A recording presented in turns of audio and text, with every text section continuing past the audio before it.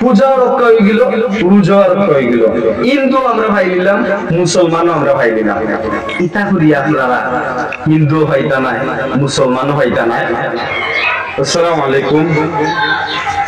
রোজার পূজা লই আজকের প্রিয় ভিউয়ার্স, কবি কাজী নজরুল ইসলামর 2 লাইন কবিতা আমি এখন আবৃত্তি করলাম।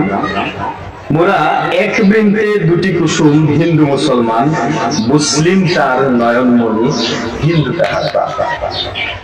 এই কবিতা আবৃত্তি করার পিছনে যথেষ্ট কারণ আছে। আপনারা জানেন রিসেন্টলি ধর্ম লই একটা তামসা চলে। রোজার পূজারে একলগে মশা বান্ধিয়া কেউ কইরা যে রোজার পূজা মুদ্রার অপিট আর অপিট। আচ্ছা, সাধারণ দুইটা বুটল লাগে যদি আপনারা রোজার পূজারে এপিট আর অপিট করিলেন, তাহলে আপনারা ধর্ম কিতা বুঝুন বা ধর্মরে আপনারা কিলাখান উপস্থাপন করেন, আসলে বুঝায় না ভাই।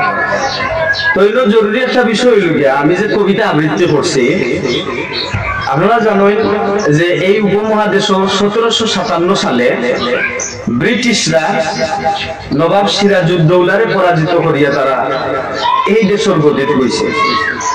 এই দেশের গদিত বইয়া তারা শাসন, শোষণ, নির্যাতন, এদেশের সম্পত্তি তারা অপহরণ করছে, সম্পত্তি তারা লুণ্ঠন করিয়া নিছে। তো বিষয় হইল গিয়া,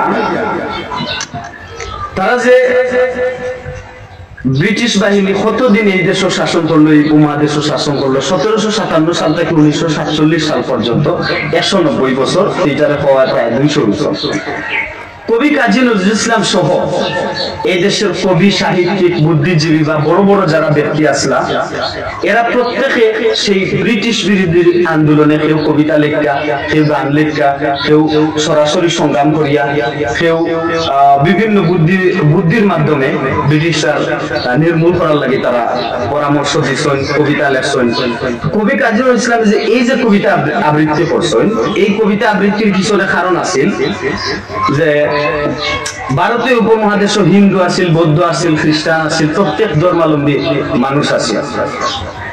এই কারণে অন্য কেউ যাতে, অন্য কোন তৃতীয় চক্রান্ত যাতে আমরা এই সম্প্রীতির মাঝে কেউ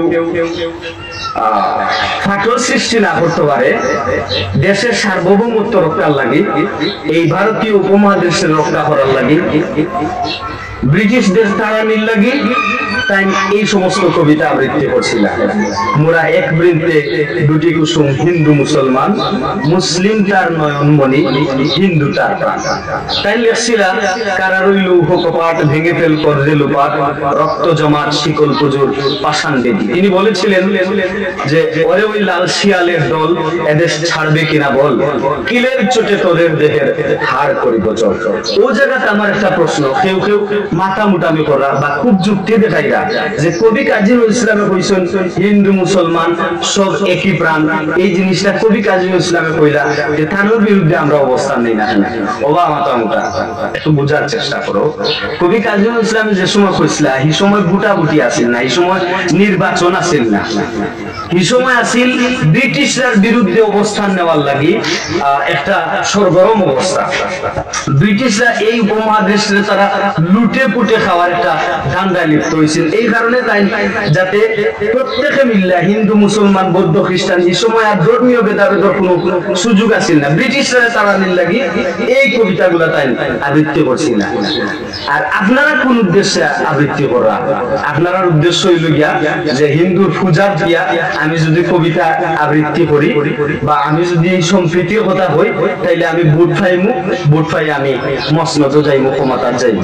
বা ক্ষমতার যাইতে অসুবিধা নাই, ইসলামী রাজনীতি আমরা ইয়ে করি না, এই অস্বীকার করি না। ইসলামী রাজনীতি তো অবশ্যই দরকার আছে, ইসলাম প্রতিষ্ঠাও কিটা আমরা চাই, কিন্তু ফাইজলামির তো একটা সীমা আছে। আপনারা তো ফাইজলামি করছেন বা ফাইজলামি করা ধর্ম নিয়ে।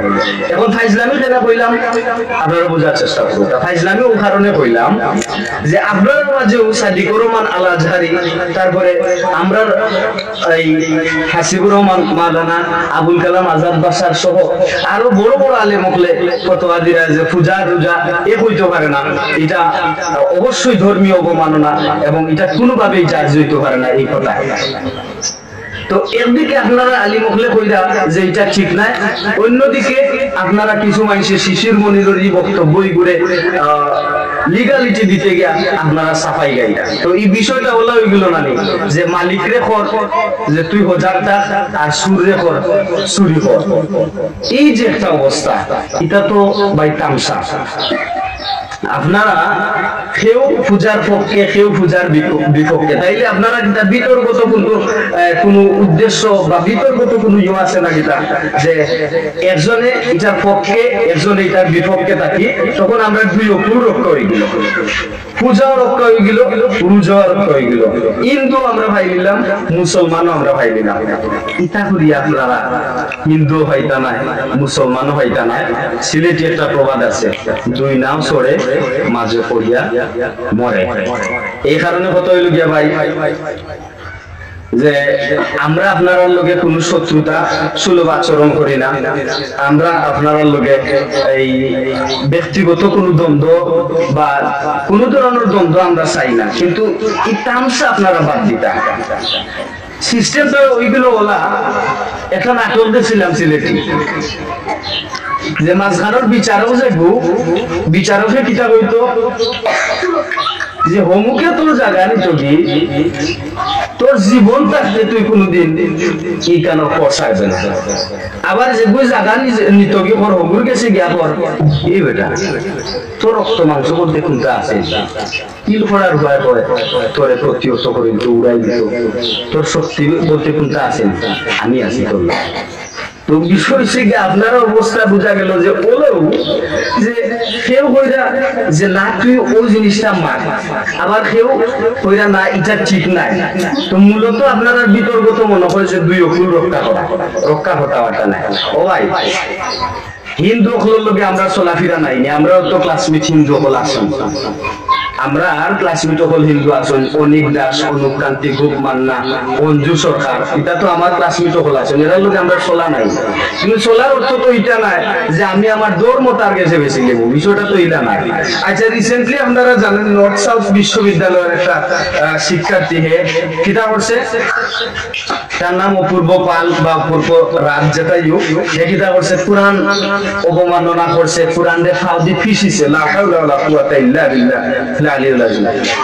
বালারো ভাই আমার কথা হইল কি, আপনারা যে ও যে পূজাত বারবার যাইরা ও পূজাত অন্য হন সম্প্রীতির বন্ধন দেখাইরা, প্রীতি ভালোবাসা আপনারা দেখাইরা যে হিন্দু মুসলমান আমরা ভাই ভাই, আমরার মাঝে কোনো বিবাদ নাই, বালা কথা বিভেদ নাই। দেখি যে ও যে কোরআন যে পড়াইলো এই পর্যন্ত কোন হিন্দু সংগঠনে বা কোন হিন্দু সংগঠনের পুরোহিতে এই পর্যন্ত এই যে কোরআন অবমাননা করলো, এটার বিরুদ্ধে বা এটার পক্ষে একটা পুশ করতে কে করছে, আমার দেখাইছে করছে নিতে।